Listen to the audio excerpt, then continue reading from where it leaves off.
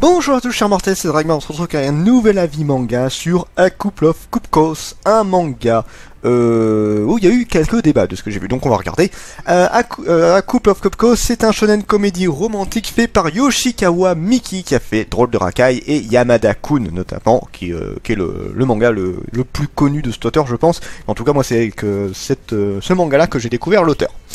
Pour l'histoire, nous suivons Nagi, un jeune garçon qui vit dans une famille pas spécialement aisée, qui tient un petit restaurant, qui vit dans un petit appartement tout pourri, et il va faire la rencontre d'Erika, une jeune fille qui est tout l'inverse, qui est fille d'un gros promoteur, je crois qu'il gère plein d'hôtelleries, des hôtels, des trucs du genre. Donc fille de riche absolue, genre ils ont plusieurs baraques, et chaque baraque c'est des manoirs, voilà, on va dire qu'elle est née avec une cuillère en or dans la bouche, si on peut dire, une cuillère d'argent, je crois que c'est l'expression que c'est une cuillère d'argent. Et donc voilà, deux personnages que tout oppose d'un point de vue de leurs origines, si on peut dire ça comme ça.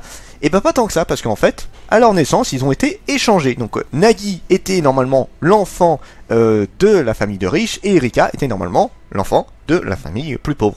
Et voilà, les parents s'en sont rendus compte beaucoup plus tard, et ils vont essayer de faire en sorte de se rapprocher, notamment de faire rencontrer les vrais parents de chacun. Donc ça reste toujours leurs vrais parents, hein, chacun, mais là ils veulent rencontrer leurs parents biologiques. Et en fait voilà, c'est le but, c'est qu'ils se rencontrent et ils veulent même qu'ils se marient, histoire que les deux familles se rapprochent énormément. Ça part un peu loin à ce niveau-là, et Erika est en mode j'ai pas du tout envie de rencontrer mon futur prétendant, donc voilà. Et Nagi lui il est pareil en mode ça ne m'intéresse pas, sauf qu'en fait ils vont se rendre compte que justement les deux enfants en question c'est eux. Donc voilà, donc ils sont plus ou moins fiancés. Un truc un petit peu particulier à ce niveau-là. Alors, avant que je donne mon avis, il y avait j'en ai vu certains dire ouais, c'est le manga il est tiré par les cheveux, c'est pas possible, ce genre de truc. Alors, qu'il y ait des échanges à la naissance, ça existe. C'est pas si rare. Si, c'est rare, mais c'est pas quelque chose d'invraisemblable, ça a existé. Maintenant, effectivement, c'est un peu plus rare quand il y en a un, c'est un garçon et l'autre c'est une fille. Oui, effectivement. Mais est-ce que c'est vraiment une raison pour dire le manga est pourri ? Je ne suis pas d'accord, je suis désolé, ça c'est pas un argument pour le coup, c'est de la comédie complètement parée, c'est à la mode Nisekoi, le truc du style, donc on s'en fout un peu, j'ai envie de te dire, on cherche pas une cohérence absolue dans ce genre de truc, c'est juste une idée de base pour lancer le scénario, ça a beau être débile, ça va pas empêcher le manga d'être bon, et moi honnêtement j'ai aimé ce manga là, j'apprécie vraiment, oui c'est extrêmement cliché, on rentre dans la comédie romantique totalement débile, mais c'est pas grave, t'es fait pour ça, je te dis, encore une fois, c'est la Nisekoi, c'est la... Oh, j'ai perdu le nom du manga. Oui, Neverland, voilà, c'est dans ce genre de délire-là. Faut pas chercher à avoir un scénario ultra complet, qui prend tout son sérieux, tout ça, c'est pas le but. En tout cas, au début, après, on va rentrer dans des choses plus sérieuses, très certainement, mais pas pour l'instant. Donc voilà, là, ce genre... Moi, j'ai vu ce genre d'argument-là, j'étais en mode, mais c'est débile. Je veux dire, pour ce genre de manga là, c'est débile ce genre d'argument. Ça reste que mon avis, vous avez le droit d'être pas d'accord avec moi. Donc voilà, mon avis sur le manga, j'ai beaucoup aimé, en vrai c'est très drôle. Là je suis à jour, je suis les 3 tomes qui sont sortis, que j'ai payé qu'à ma chérie, vu que du coup c'est bien, ça m'évite d'acheter. J'aurais acheté la série en temps normal, mais si je peux éviter de payer une petite série pour en voir d'autres, je dis pas non.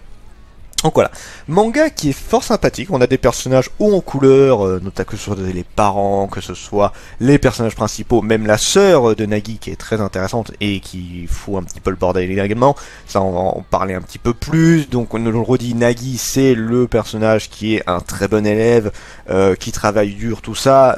Erika c'est juste la fille de riche, la sœur de Nagi jalouse du fait que son frère pourrait potentiellement partir, les parents de Nagi qui sont d'anciennes racailles et qui ont encore ce côté racaille, les parents d'Erika qui sont des riches gérants d'hôtels, voilà, on a vraiment un petit peu pour tous les genres et ça c'est très cool. Et ce qui est très sympa, c'est la différence entre les deux. Le côté, l'un est riche, l'un est extrêmement pauvre. Et on a également, j'ai oublié de le mentionner, on a Nagi qui ne peut pas faire ce mariage puisqu'il est amoureux d'une fille. Il est amoureux d'une fille de son école qui est la numéro 1 dans le classement des notes. Et lui, il est toujours deuxième. Et il veut en fait arriver premier pour pouvoir lui avouer ses sentiments. Donc voilà, il a toute une histoire vis-à-vis d'elle. Voilà, une histoire que je trouve vraiment très sympa. Très rigolo, ça s'enchaîne bien, il n'y a aucun problème avec ça. Le potentiel du manga, je le redis, l'histoire extrêmement classique, mais moi je trouve que ça fait son petit bonhomme de chemin. C'est dans la lignée des We Never Learn, c'est dans la lignée des Nisekoi. Vous voulez voir une comédie romantique qui va vous faire bien rigoler, ça vaut le coup à mon goût. C'est rien à redire à ce niveau-là, je me suis bien marré. Pour ce qui est des personnages, c'est pareil, des personnages hauts en couleur, qui font tout et n'importe quoi, mais que tu accroches bien. Tu accroches très vite au personnage. J'aime beaucoup Nagi, j'aime beaucoup Erika, j'aime beaucoup les parents, j'aime beaucoup sa sœur.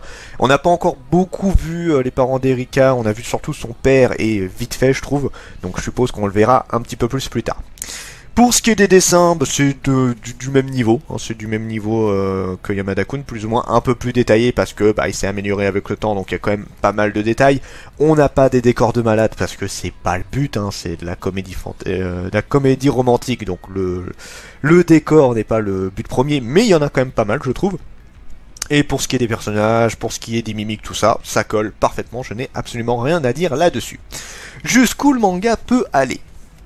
Ça peut aller loin. Je sais même pas qu'est-ce qui est prévu en termes de tomes. Là au Japon on en est à 12 tomes. Donc je pense encore une fois que c'est une série qui va prendre bien son temps. Je pense qu'on va dépasser les 20 tomes sans trop de problèmes.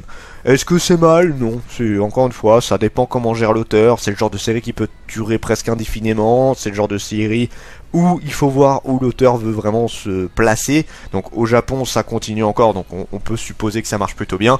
En France, je sais pas si la série va cartonner. On a eu l'animé qui aide un peu, mais bon, dans l'ensemble, est-ce que ça va vraiment... Est-ce que ça se vend énormément? Je ne sais pas. Moi, c'est un manga que je vous conseille.